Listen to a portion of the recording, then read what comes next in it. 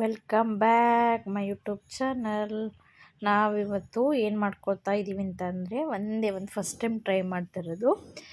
ಏನಂತ ಅಂದರೆ ತಂದೂರಿ ಮಾಡೋಣ ಅಂತ ಅಂದ್ಕೊಂಡಿದ್ದೀವಿ. ಅದಕ್ಕೆ ಏನೇನು ಇಂಗ್ರೀಡಿಯೆಂಟ್ಸ್ ಬೇಕಂತ ಹೇಳ್ತೀನಿ. ಫಸ್ಟು ಚಿಕನ್ನ ಚೆನ್ನಾಗಿ ವಾಶ್ ಮಾಡ್ಕೊಂಡು ತೊಗೋಬೇಕು. ಅದಾದಮೇಲೆ ಸ್ವಲ್ಪ ಮೆಣಸಿನ ಪುಡಿ ಹಾಕೋಬೇಕು. ಅದಾದಮೇಲೆ ಸ್ವಲ್ಪ ಅರಿಶಿನ ಹಾಕೋಬೇಕು. ಅದಾದಮೇಲೆ ಅರ್ಧ ಬೌಲಷ್ಟು ಮೊಸರು ಹಾಕ್ಕೊಂಡು ಅದಕ್ಕೆ ಸ್ವಲ್ಪ ಶುಂಠಿ ಬೆಳ್ಳುಳ್ಳಿ ಪೇಸ್ಟು, ಗರಂ ಮಸಾಲ, ಕಸ್ತೂರಿ ಮೇಥಿ, ರುಚಿಗೆ ತಕ್ಕಷ್ಟು ಉಪ್ಪು, ಆಮೇಲೆ ತಂದೂರಿ ಮಸಾಲ ಅಂತ ಅಂಗಡಿಗಳಲ್ಲಿ ಸಿಗುತ್ತೆ. ತೊಗೊಂಬಂದು ನಿಮ್ಗೆ ಎಷ್ಟು ಕನ್ಸಿಸ್ಟೆನ್ಸಿ ಬೇಕೋ ಅಷ್ಟನ್ನು ಹಾಕ್ಕೋಬೇಕು. ನೀವು ಹಾಕ್ಕೊಂಡು ಚೆನ್ನಾಗಿ ಅದನ್ನು ಕಲಿಸ್ಬೇಕು. ಅದು ಉಪ್ಪು ಖಾರ ಹಿಡಿಯೋವರೆಗೂ ಚೆನ್ನಾಗಿ ಕಲಸಿ ಆದಮೇಲೆ ಒಂದು 1/2 ಅವರ್ ಇಲ್ಲ 1 ಅವರ್ ಎಷ್ಟೊತ್ತಾಗುತ್ತೆ ಅಷ್ಟು ಟೈಮ್ ಇದ್ದರೆ ಇಟ್ಕೋಬೇಕು. ಚೆನ್ನಾಗಿ ಅದು ಮ್ಯಾರಿನೇಟ್ ಆಗಿ ಚೆನ್ನಾಗಿ ಉಪ್ಪು ಖಾರ ಹಿಡಿದ್ಮೇಲೆ ಅದನ್ನು ತೆಗೆದು ಸ್ವಲ್ಪ ಒಂದು ತವನೋ ಇಲ್ಲ ನಾನ್ ಸ್ಟಿಕ್ ಪ್ಯಾನ್ ಏನೋ ಒಂದಿರುತ್ತೆ ಕಡಾಯಿ, ಅದಕ್ಕೆ ನೀವು ಸ್ವಲ್ಪ ಆಯಲ್ ಹಾಕಿ ಇಲ್ಲ ಸ್ವಲ್ಪ ಲೈಟಾಗಿ ಹಾಕಿ ಅದನ್ನು ಫುಲ್ಲು ರೋಸ್ಟ್ ಮಾಡ್ಕೋಬೇಕು. ಚೆನ್ನಾಗಿ ಆ ಕಡೆ ಈ ಕಡೆ ಬೇಯಿಸ್ಕೊಂಡು ಆದಮೇಲೆ ನಿಮ್ಮ ಹತ್ರ ಒಂದು ಗ್ರಿಲ್ ಇದ್ದರೆ ಓಕೆ, ಇಲ್ಲಾಂದರೆ ಈ ಥರದೊಂದು ಗ್ರಿಲ್ ಇದ್ದರೆ ಅದನ್ನು ಗ್ಯಾಸ್ ಮೇಲೆ ಇಟ್ಕೊಂಡು ಅದನ್ನು ಎರಡೂ ಕಡೆಯೂ ಕೂಡ ಚೆನ್ನಾಗಿ ಬೇಯಿಸ್ಕೋಬೇಕು.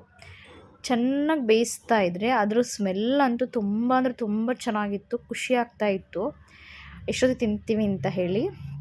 ಅದಾದಮೇಲೆ ನಂತರ ಚೆನ್ನಾಗಿ ಬೇಯಿಸಾದ್ಮೇಲೆ ಇವಾಗ ಬೇಯಿಸಿ ತೆಗೆದಿಟ್ಕೊಂಡಿದ್ದೀವಿ. ನೆಕ್ಸ್ಟ್ ಇದಕ್ಕೆ ಏನು ಮಾಡ್ಕೊಂಡಿದ್ದೀವಿ ಅಂತ ಅಂದರೆ ಎಗ್ ರೈಸ್ ಮಾಡೋಣ ಅಂತ ಹೇಳಿ ನಾವಿವಾಗ ಎಗ್ ರೈಸ್ಗೆ ರೆಡಿ ಮಾಡ್ಕೊತಾ ಇದ್ವಿ. ನಾನು ಲಾಸ್ಟಿಗೆ ಹೇಗಿತ್ತು ಟೇಸ್ಟ್ ಅಂತ ನಿಮಗೆ ಹೇಳ್ತೀನಿ. ಫಸ್ಟಿಗೆ ನಾವು ಕ್ಯಾಬೇಜು ಮತ್ತು ಮೆಣಸಿನ್ಕಾಯಿ, ಈರುಳ್ಳಿ, ಕ್ಯಾಪ್ಸಿಕಮ್ಮು ಮತ್ತು ಕರ್ಬೇವಿನ ಸೊಪ್ಪು, ಕೊತ್ತಂಬರಿ ಇಟ್ಕೊಂಡಿದ್ದೀವಿ. ಎಲ್ಲನೂ ತೊಗೊಂಡು ಕಟ್ ಮಾಡ್ಕೋಬೇಕು. ಸ್ವಲ್ಪ ಒಂದು ಕಡಾಯಿ ಇಟ್ಕೊಂಡು ಅದಕ್ಕೆ ಸ್ವಲ್ಪ ಈರುಳ್ಳಿ, ಮೆಣಸಿನ್ಕಾಯಿನ ಎಣ್ಣೆ ಹಾಕಿ ಮೂರನ್ನು ಚೆನ್ನಾಗಿ ಫ್ರೈ ಮಾಡ್ಕೊಂಡು ಆದಮೇಲೆ ಕ್ಯಾಪ್ಸಿಕಮ್ಮು ಮತ್ತು ಕ್ಯಾಬೇಜು ಎಲ್ಲ ಹಾಕಿ ನಿಮಗೆ ಎಷ್ಟು ಬೇಕೋ ಅಷ್ಟು ಒಗ್ಗರಣೆಗೆ ಸಾಲ್ಟ್ ಹಾಕ್ಕೊಳ್ಳಿ, ಉಪ್ಪನ್ನ ಹಾಕ್ಕೊಳ್ಳಿ. ಏಕೆ ಅಂತಂದರೆ ನೀವು ಅನ್ನಕ್ಕೂ ಉಪ್ಪನ್ನ ಹಾಕಿರ್ತೀರ. ಅದಾದಮೇಲೆ ಶುಂಠಿ ಬೆಳ್ಳುಳ್ಳಿ ಪೇಸ್ಟ್ ಹಾಕಿ ರುಚಿಗೆ ತಕ್ಕಷ್ಟು ಉಪ್ಪನ್ನ ಹಾಕ್ಕೊಂಡು ಚೆನ್ನಾಗಿ ಅದನ್ನು ಸ್ವಲ್ಪ ಬೇಯಿಸ್ಕೋಬೇಕು. ಏಕೆಂದರೆ ತುಂಬ ಚೆನ್ನಾಗಿ ಬೇಯ್ದಷ್ಟು ಚೆನ್ನಾಗಿರಲ್ಲ. ಸ್ವಲ್ಪ ಲೈಟಾಗಿ ಫ್ರೈ ಮಾಡ್ಕೊಂಡು ಅದಕ್ಕೆ ನಿಮ್ಗೆ ಎಷ್ಟು ಬೇಕೋ ಮೊಟ್ಟೆ ಅಷ್ಟು ಹಾಕ್ಕೋಬೋದು. ಏಕೆಂದರೆ ನಿಮ್ಮ ಮನೇಲಿ ಎಷ್ಟು ಜನ ಇರ್ತೀರೋ ಅಷ್ಟು ಮೊಟ್ಟೆ ಹಾಕ್ಕೋಬೋದು. ನಾವಿವಾಗ ಒಂದು 5 ಮೊಟ್ಟೆ ಹಾಕ್ಕೋತಾ ಇದ್ದೀವಿ. ಏಕೆಂದರೆ ಮೊಟ್ಟೆ ಜಾಸ್ತಿ ಸಿಕ್ಕಿದ್ರೆ ತಿನ್ನೋಕ್ಕೆ ತುಂಬ ಚೆನ್ನಾಗಿರುತ್ತಲ್ವ, ಹಾಗಾಗಿ 5 ಮೊಟ್ಟೆನ ಹಾಕ್ಕೊಂಡು ಚೆನ್ನಾಗಿ ಅದನ್ನು ಡ್ರೈ ಮಾಡ್ಕೋಬೇಕು. ಚೆನ್ನಾಗಿ ಡ್ರೈ ಆದಮೇಲೆ ನೀವು ಬೇಯಿಸಿ ಅನ್ನ ಮಾಡ್ಕೊಂಡಿರ್ತೀರಲ್ಲ ಅದನ್ನು ಆರಲಿಕ್ಕೆ ಬಿಡಬೇಕು.